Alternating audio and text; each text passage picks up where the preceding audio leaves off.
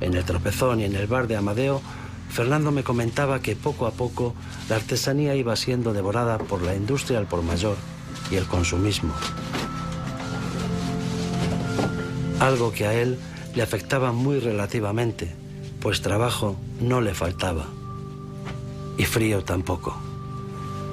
Hemos estado durante casi 20 o 25 días que por la mañana aquí estábamos a 2 y 3 bajo cero. Entonces, hasta que no lo podíamos poner el obrador a los 8 o 10 grados, pues casi era imposible tejer. Y luego las manos tampoco, ya se queda uno congelado y no puede funcionar. Entonces aprovechamos siempre pues a trabajar unas horas durante el hueco del día, a una temperatura media. Mira, menos de 5 grados ya hace frío y entonces el lino ya empieza a hacerse áspero, que decimos, y entonces ya se rompe, no tiene suavidad.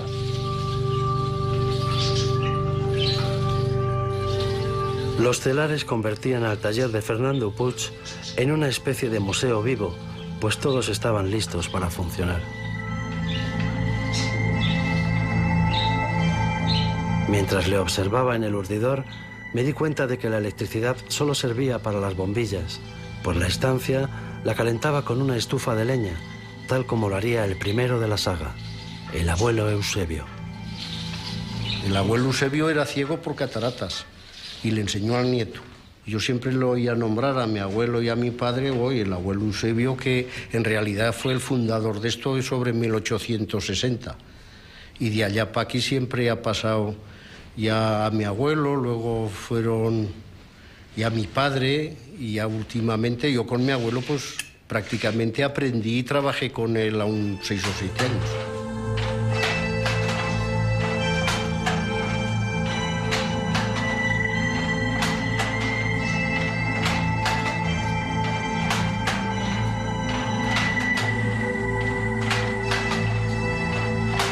Esta zona ya desde el siglo XVII o XVIII, que se sepa, ha sido eminentemente textil.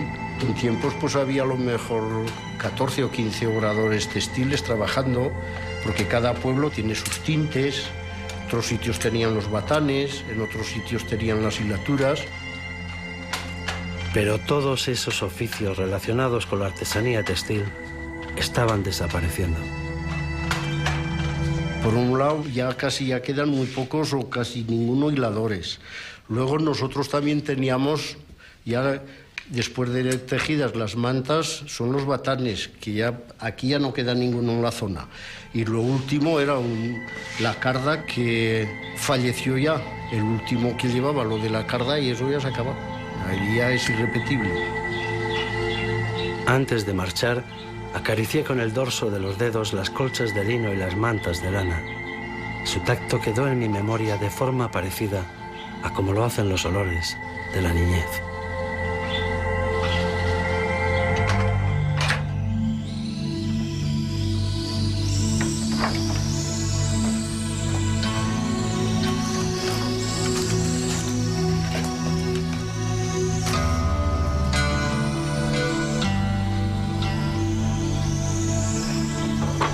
En el maestrazgo, una de las formas de rescatar la artesanía es la realización de encuentros como la Feria de Oficios Tradicionales de Mirambel.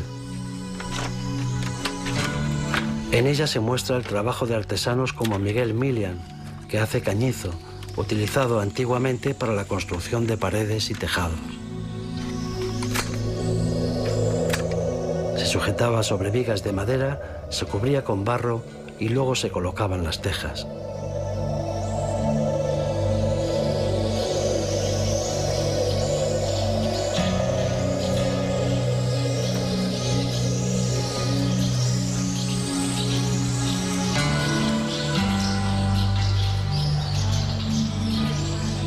Viendo cada día las celosías de yeso del portal de las monjas, los palacios de sillería, los bellos aleros de madera de los tejados, las verjas de forja y los escudos, no era extraño que presumieran en Mirambel de poseer el premio Europa Nostra de restauración.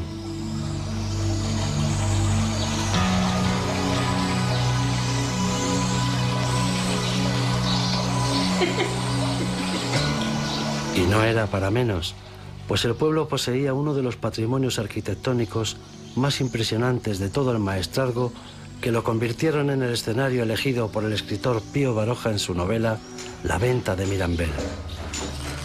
La razón era la continua labor de restauración.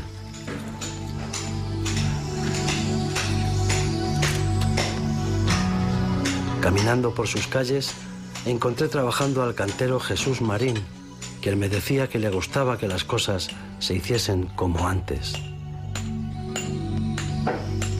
Como lo hacían desde siempre los paisanos de Mirambel, en el pueblo y en las masías. Como lo hacía su padre. Fue prácticamente un relojero, porque aquí arreglaba todos los relojes de la zona.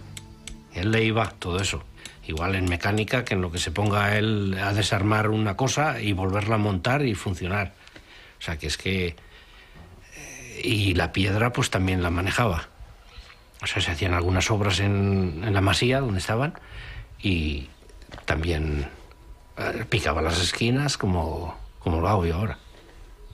O sea que... Y no le enseñó a nadie. Jesús Marín conoció cierta fama en la comarca por sus buzones esculpidos en piedra, que se repartían por las calles de Mirambel y de otros pueblos como Cantavieja. Mientras me los enseñaba, me comentó que aprendió el oficio del sentido común y de un cantero para el que trabajó de joven, que recordaba con cariño.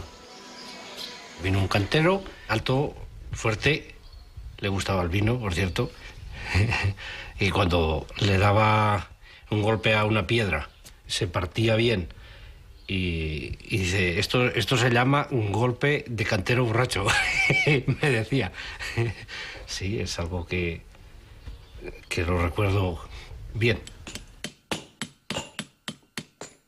Además de los oficios tradicionales del maestrazgo, hubo uno muy especial, ya desaparecido, alrededor del cual se levantó toda una industria.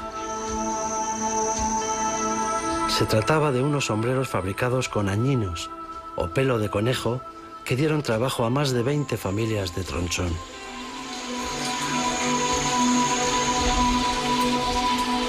Sin embargo, Tronchón era famoso no por esta industria, sino por la del queso, que el mismísimo Miguel de Cervantes citara en el Quijote.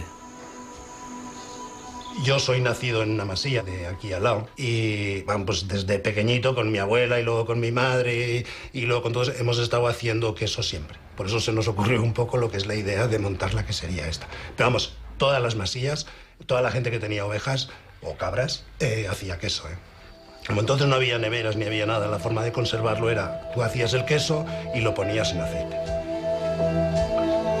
Además de por su intenso sabor, el queso de Tronchón era conocido por su forma. Un prodigio de diseño creado por los pastores, como recordaba Carlos Grau, el último quesero de Tronchón.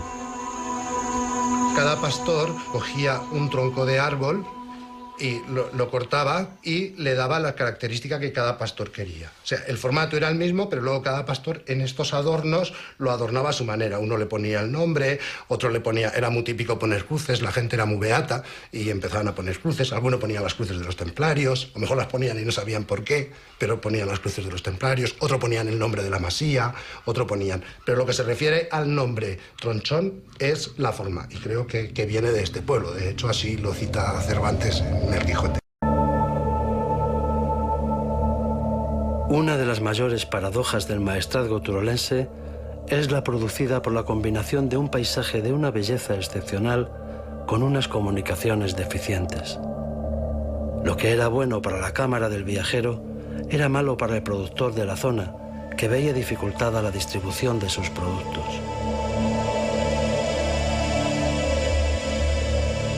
Aún así, había pueblos como Villarluengo con una historia sorprendente.